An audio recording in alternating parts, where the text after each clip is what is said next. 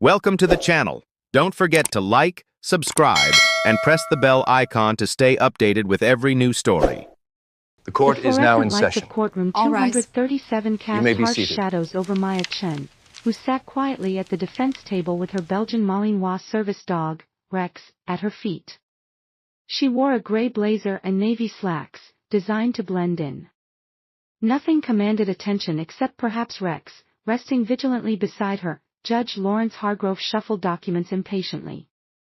His reputation for efficiency preceded him. Cases moved quickly, especially those he deemed wastes of taxpayer money. "The state calls Dr. Octavia Wren," announced Prosecutor Elias Blackwood, his tailored suit exuding confidence. Dr. Wren adjusted her glasses and directed her clinical gaze toward Maya. "Ms. Chen presents with severe PTSD and selective mutism, likely trauma-triggered. However, her claims regarding military service with specialized units appear fabricated, a common coping mechanism where patients construct elaborate alternate identities." Maya's face remained impassive, but her fingers moved almost imperceptibly beneath the table. "And these delusions about classified operations?" Blackwood continued. "Consistent with paranoid ideation. There's no evidence supporting her claimed involvement in any such operations." From the gallery, Iris Mendel, Maya's court-appointed defender, shifted uncomfortably. "Objection, Your Honor. Dr. Wren never had security clearance to verify." Overruled, Judge Hargrove cut in. "Unless you can produce evidence of these supposed classified operations, Counselor." Iris faltered. "My client's service records appear to have been redacted, classified, erased by government conspirators." Judge Hargrove's sarcasm drew scattered laughter. "I've heard this particular fantasy before, Ms. Mendel."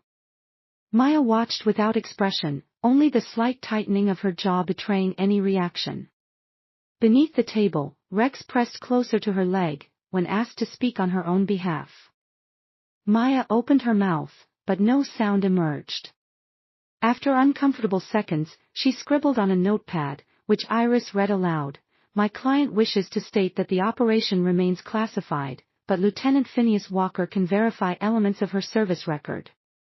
Lieutenant Walker's testimony began promisingly but quickly unraveled under Blackwood's cross-examination.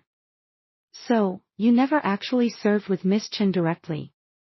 "Not directly, no, but, and you have no first-hand knowledge of this supposedly classified operation?" Walker hesitated. "The details of Operation Ghost, Your Honor," Blackwood interrupted. "This witness clearly has no relevant testimony." Judge Hargrove nodded. "Unless you're going to tell me the defendant is some kind of secret super soldier, Lieutenant, I suggest we move on." From the back, a distinguished older man with impeccable posture slipped in quietly. His eyes never left Maya. "The prosecution calls Specialist Rhodes," Blackwood announced. Rhodes took the stand with practiced efficiency. "I have thoroughly reviewed all available military records pertaining to the defendant. There is no record of Maya Chen serving in any special operations unit, nor any evidence supporting her claimed involvement in classified missions." "What about her basic service record?"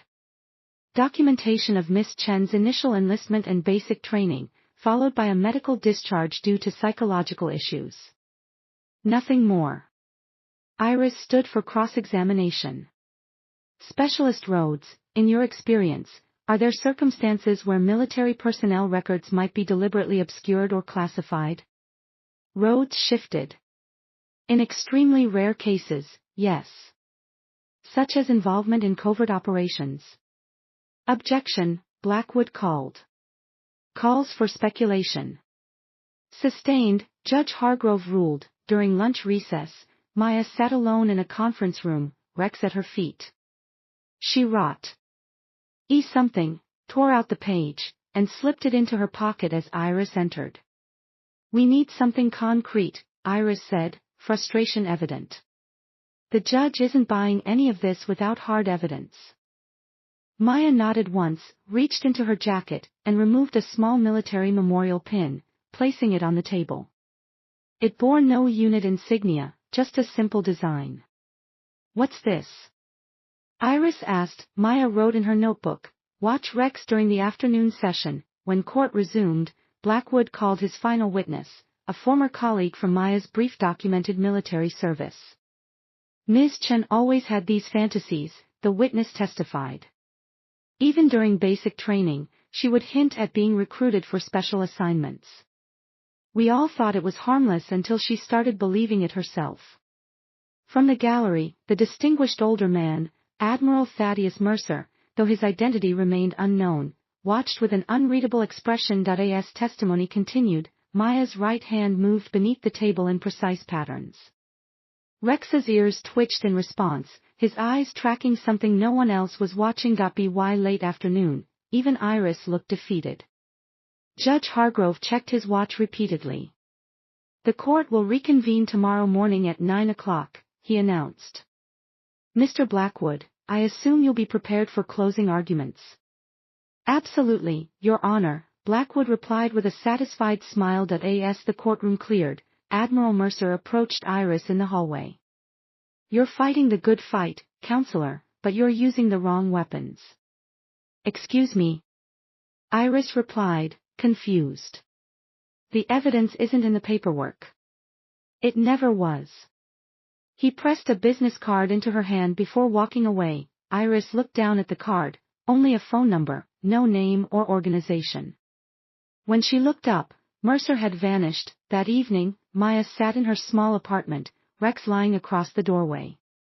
She removed a hidden panel from her dresser drawer and took out a small metal case. Inside was a worn photograph of 6 people in desert camouflage, their faces purposely shadowed. She head one figure gently, then returned everything to its hiding place. Her phone chimed with a text from an unlisted number, "Closed circuit. Safe to proceed tomorrow." She deleted it immediately. The second day began with Blackwood's theatrical display of confidence. The defendant would have this court believe she served in an elite military unit, yet when asked direct questions, she cannot or will not speak. Instead, we're treated to notes passed to her lawyer like a child in grade school. Several jurors smirked. One openly chuckled. The government's position is simple. Maya Chen is suffering from delusions. She has constructed an elaborate fantasy about military service to cope with trauma. While deserving of compassion and appropriate psychiatric care, she is not entitled to the veterans' benefits she has repeatedly attempted to claim. As Blackwood spoke, the court reporter adjusted her camera, focusing particularly on Maya's face and hands. Iris rose for cross-examination of Dr. Julian Varnum, chief psychiatrist from the Veterans Affairs Hospital. "Dr. Varnum, in your professional opinion, what are we dealing with here?" "A textbook case of dissociative identity construction," Varnum replied confidently. "Ms. Chen has created an alternate persona as a coping mechanism. Her mutism is consistent with her commitment to the delusion. If she speaks, the fantasy might collapse." Throughout the testimony, no one noticed the small memorial pin on Maya's collar, or how her eyes systematically scanned the room every 108 seconds, or how Rex's attention shifted in perfect coordination with her subtle hand movements. No one was really looking at Maya Chen at all. That had always been her greatest advantage. During cross-examination, Iris attempted a new approach. "Dr. Varnum, are you familiar with the tactical sign language used by certain special operations units?" "Objection." Blackwood nearly shouted. "This is absurd, Your Honor." "I'm inclined to agree," Judge Hargrove said with visible annoyance. "Ms. Mendel, unless you have evidence." "I'd like to call a witness who can authenticate certain physical indicators," Iris pressed. "Your Honor, this is becoming farcical," Blackwood protested. "Next, she'll claim the service dog is also a secret operative." Scattered laughter filled the courtroom. "Miss Mendel, you're testing my patience," the judge warned. "Unless you have substantial evidence to present, I'm prepared to issue a directed verdict." Iris glanced at Admiral Mercer's business card, then back at Maya. "Your Honor, I'd like to call retired Admiral Thaddeus Mercer to the stand." A murmur rippled through the courtroom as the distinguished man rose and made his way to the witness stand. Judge Hargrove's expression shifted slightly. recognition, perhaps, or caution. Admiral Mercer, Iris began after he was sworn in. What was your role in the military before retirement? I served as Deputy Director of Special Activities Division under Naval Intelligence for 12 years. Prior to that, I commanded Task Force Azure for 8 years. Even Judge Hargrove seemed to sit up straighter. Task Force Azure was well known in military circles as Oversight Command for several highly classified operations. And are you familiar with the defendant, Maya Chen? Before Mercer could answer, Blackwood was on his feet. Objection, Your Honor. This witness was not on the defense's list. Your Honor, Iris countered, Admiral Mercer contacted me only yesterday after observing the proceedings. His testimony is directly relevant to establishing my client's credibility. Judge Hargrove hesitated, clearly weighing the impropriety against his own curiosity. I'll allow it, but keep it brief. Admiral, you may answer. I am familiar with Ms. Chen by reputation and service record, Mercer stated carefully. And what can you tell us about her service?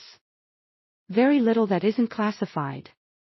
However, I can confirm that certain operations conducted between 2017 and 2019 in the Eastern Theater involved personnel whose records would appear to anyone without appropriate clearance exactly as Ms. Chen's appear now. Blackwood scoffed. This is pure speculation, Your Honor. The Admiral has not stated that he knows Ms. Chen personally or can verify her specific involvement in any operation.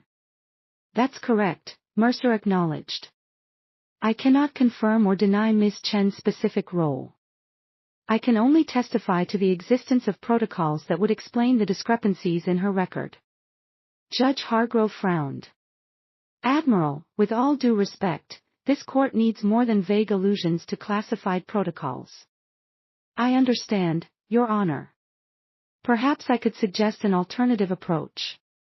There are certain procedural markers, physical indicators that would be known only to personnel involved in specific operations. What kind of markers?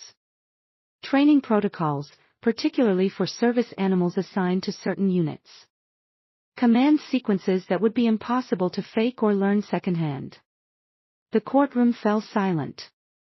Maya remained expressionless, but Rex's posture changed slightly, becoming more alert. Your Honor, Blackwood interjected, this is absurd. The Admiral is suggesting we evaluate the defendant based on how her dog responds to commands. It's actually quite standard procedure in verifying claims special operations background, Mercer countered. When documentation is classified or unavailable, behavioral verification becomes essential. Judge Hargrove studied Mercer for a long moment. I'll allow a demonstration, but if this turns into theater, I'll not only dismiss it but consider sanctions. Iris nodded gratefully. Admiral Mercer, could you explain what we should look for? K-9 units assigned to certain operations receive specialized training beyond standard military working dogs. Their handle. RSU's command protocols combining elements of multiple languages and precise physical positioning. These protocols are classified and taught only to personnel within specific units. He turned to face the court. If Ms. Chen served where her partial records suggest, her service animal would respond to these protocols in a way that would be impossible to train outside the program. Judge Hargrove looked skeptical but nodded. Proceed. I won't be conducting it, Your Honor. I only know of the protocols. Only a handler from the specific unit would know the exact commands. All eyes turned to Maya, who sat motionless at the defense table. Ms. Chen, Judge Hargrove addressed her directly, if you wish this court to consider this line of evidence, you'll need to participate actively. Maya looked at Iris, who nodded encouragingly. Then she took out her notepad and wrote something, handing it to her lawyer. Iris read aloud, my client requests that the court reporter ensure all video equipment is functional for the record. For the record, Judge Hargrove said, the court reporter is recording these proceedings as standard practice. Now, Ms. Chen, please proceed with whatever demonstration the Admiral has suggested. Maya remained seated, looking straight ahead. Seconds ticked by in awkward silence. Your Honor, Blackwood said with barely concealed triumph, it appears the defendant is unable or unwilling to perform this alleged demonstration. I move that Maya raised her hand slightly, stopping Blackwood mid-sentence. She reached into her pocket and removed a small object, a weathered challenge coin bearing no recognizable insignia. She placed it on the table in front of her. Admiral Mercer nodded almost imperceptibly. Your Honor, Blackwood protested, what possible relevance does this coin have? Judge Hargrove held up his hand. Let's see where this goes. Maya closed her eyes briefly, then opened them with new focus. Her posture shifted subtly, shoulders squared, chin slightly raised. It was as though a different person had suddenly occupied her body. She glanced down at Rex, who had been lying quietly beneath the defense table. Without speaking, she made a series of subtle hand gestures. Fingers splayed, then 3 fingers extended, then a circular motion. Rex's ears pricked forward, his body tensing with immediate alertness. He moved from his relaxed position to a precisely controlled stance, weight distributed evenly, head perfectly level, eyes forward. The transformation was subtle but unmistakable to anyone familiar with military working dogs. This was not the body language of a service animal responding to a standard command, but the tactical positioning of a combat-trained canine. Judge Hargrove leaned forward slightly, his expression shifting from skepticism to curiosity. Maya made another hand signal, right hand flat, then 3 fingers curled, followed by a barely audible whistle pattern. Rex responded by executing a precise series of movements, shifting position to create a triangulation point between himself, Maya, and the courtroom entrance. His head turned at exact 30-degree intervals, scanning in a pattern that military handlers would recognize as a security sweep protocol. Your Honor, Blackwood began, but his voice lacked its earlier confidence. Admiral Mercer spoke up. What you're witnessing, Your Honor, is a room-clearing protocol taught only to K-9 units assigned to certain special operations teams. It's not something that could be learned from videos or books. The specific pattern and timing are classified. Judge Hargrove's expression had grown increasingly serious. Admiral, are you suggesting? I'm not suggesting anything, Your Honor, Mercer interrupted carefully. I'm merely confirming that what we're observing is consistent with protocols used by units whose operations remain classified. The courtroom had grown eerily quiet. Even Blackwood seemed at a loss for words. Judge Hargrove. He studied Maya with new eyes. Ms. Chen, do you wish to make a statement to this court? Maya looked directly at the judge for the first time. She opened her mouth as if to speak, then closed it again. Instead, she wrote something on her notepad and handed it to Iris. Iris read, Operation Ghost Walk, Paktika Province, Team Echo, February 17, 2019. The effect on Judge Hargrove was immediate and startling. His face paled visibly and he gripped the edge of his bench. Your Honor, Blackwood asked, alarmed by the judge's reaction. Judge Hargrove composed himself with visible effort. This court will take a 30-minute recess. Counselors in my chambers immediately. As they rose to leave, Maya made one final hand gesture to Rex. The dog immediately returned to his standard service animal posture, the transformation so complete it was as if the previous demonstration had never occurred. In the gallery, several spectators exchanged confused glances. Only Admiral Mercer remained impassive, watching as Judge Hargrove left the courtroom with unusual haste. Behind the glass walls of the judge's chambers, court observers could see an animated conversation unfolding. Judge Hargrove appeared to be speaking with unusual intensity, while Blackwood's confident demeanor visibly deflated. Iris emerged first, her expression a mixture of confusion and relief. She approached Maya and whispered something in her ear. Maya nodded once, her face revealing nothing. When Judge Hargrove returned to the bench, his demeanor had completely transformed. Gone was the impatient skepticism, replaced by something resembling respect, or perhaps caution. In light of information presented to this court in chambers, he began carefully, I'm ordering a brief adjournment to allow the prosecution to reassess their position. Blackwood, looking distinctly uncomfortable, nodded. The state requests until tomorrow morning, Your Honor. Granted. Court is adjourned until 9 a.m. tomorrow. As spectators filed out, Admiral Mercer approached the defense table. Well played, he said quietly to Maya. But this is just the beginning. Maya met his gaze evenly but said nothing. The unit sends their regards, Mercer added, his voice barely above a whisper. For a moment, just a moment, something flickered across Maya's face, recognition, perhaps, or relief. That evening, as Maya sat in her apartment with Rex vigilant at her side, her phone chimed with a text message from an unlisted number, surveillance package activated. Stand by for extraction protocol. She deleted the message immediately, then walked to the window and closed the blinds. Tomorrow would determine everything. The third day began with palpable tension in courtroom 237. Spectators filed in early, word having spread about the previous day's developments. Maya arrived with Rex at precisely 8:45 a.m. Her appearance subtly different, same unassuming clothes, but her posture had changed, less hunched, more controlled. Judge Hargrove entered at exactly 9 o'clock, his usual brisk efficiency replaced by measured deliberation. Before we proceed, I wish to address a matter of procedure. Yesterday, information came to light that requires special consideration.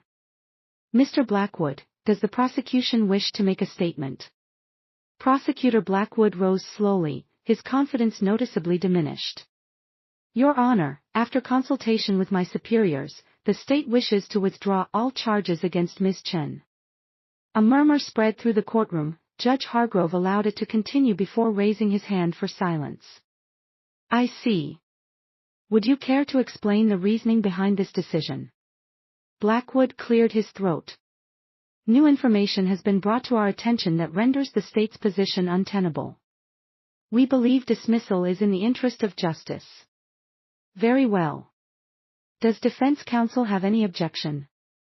Iris Mendel appeared as surprised as anyone. No, Your Honor. The defense welcomes the prosecution's decision. Judge Hargrove nodded. Then all charges against Maya Chen are hereby dismissed with prejudice. The formal language couldn't disguise the extraordinary nature of what was happening. Judges rarely apologize to defendants, particularly not after spending days openly skeptical of their claims. As Maya stood to leave, Judge Hargrove did something even more unexpected. He stood as well, a sign of respect rarely shown to defendants. Outside the courthouse, reporters swarmed, shouting questions. Iris moved to shield Maya from the crowd, but Maya simply walked through them with quiet dignity, Rex creating a natural buffer. Miss Chen, can you comment on the sudden dismissal? Is it true you served in a classified military unit? Why won't you speak about your service? Maya maintained her silence, moving steadily toward the courthouse exit where Admiral Mercer waited. Ms. Chen is not giving interviews at this time, Iris announced to the persistent reporters. Please respect her privacy. As they reached the courthouse steps, the court reporter approached cautiously, holding out a business card. Ms. Chen, my name is Zara Khatri with Justice Watch. The footage from today's proceedings will be on our public feed by this afternoon. I thought you should know. Maya accepted the card with a nod of acknowledgement. By that evening, clips from the courtroom had spread across social media. The most popular showed Judge Hargrove's face as he realized the significance of Maya's demonstration with Rex, followed by his unprecedented show of respect as she left. The viral video, titled Judge's Face When He Realizes Who's Really on Trial, had accumulated millions of views within hours.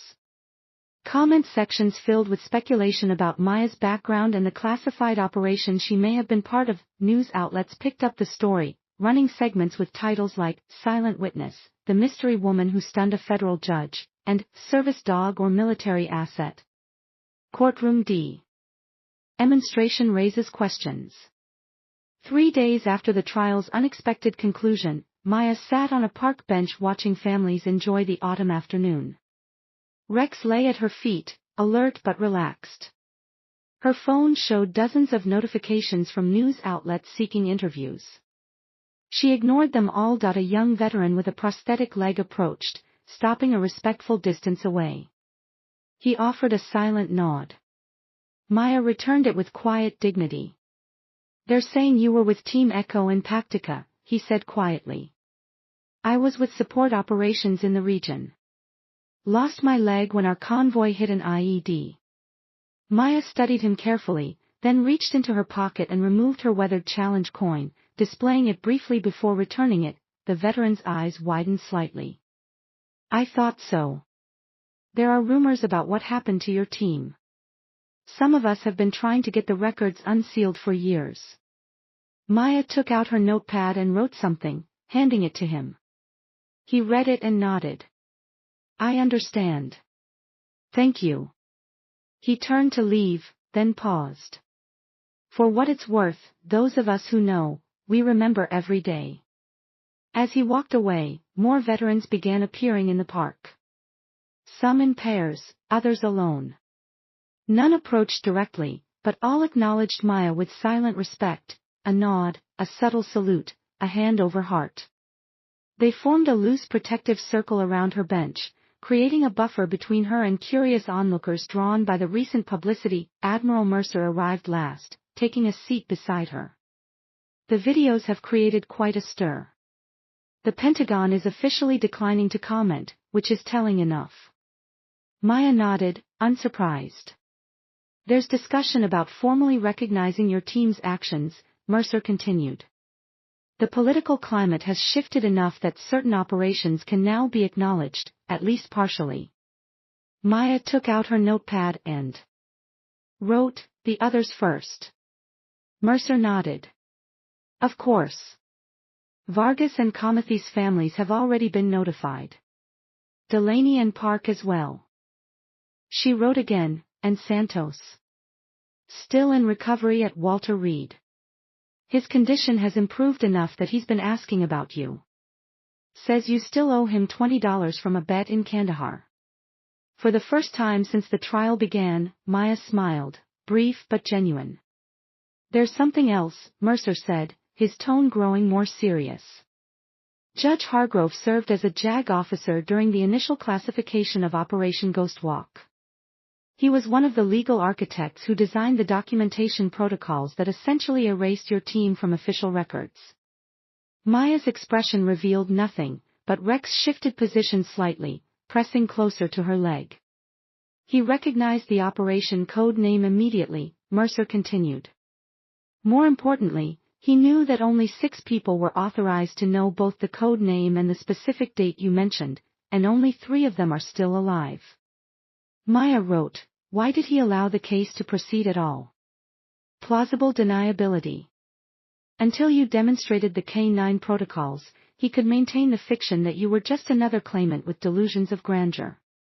Once you proved otherwise, he had no choice but to contact his former superiors." She nodded, understanding the layers of protection that had been established around operations like hers. "There's been a security review launched," Mercer added. "Blackwood had no idea what he was stepping into when he prosecuted your case. Someone higher up should have flagged your file before it ever reached court." Maya wrote, "It wasn't a mistake. Someone wanted this public." Mercer's eyebrows rose slightly. "You think this was deliberate?" She nodded once, decisively. "To what end?"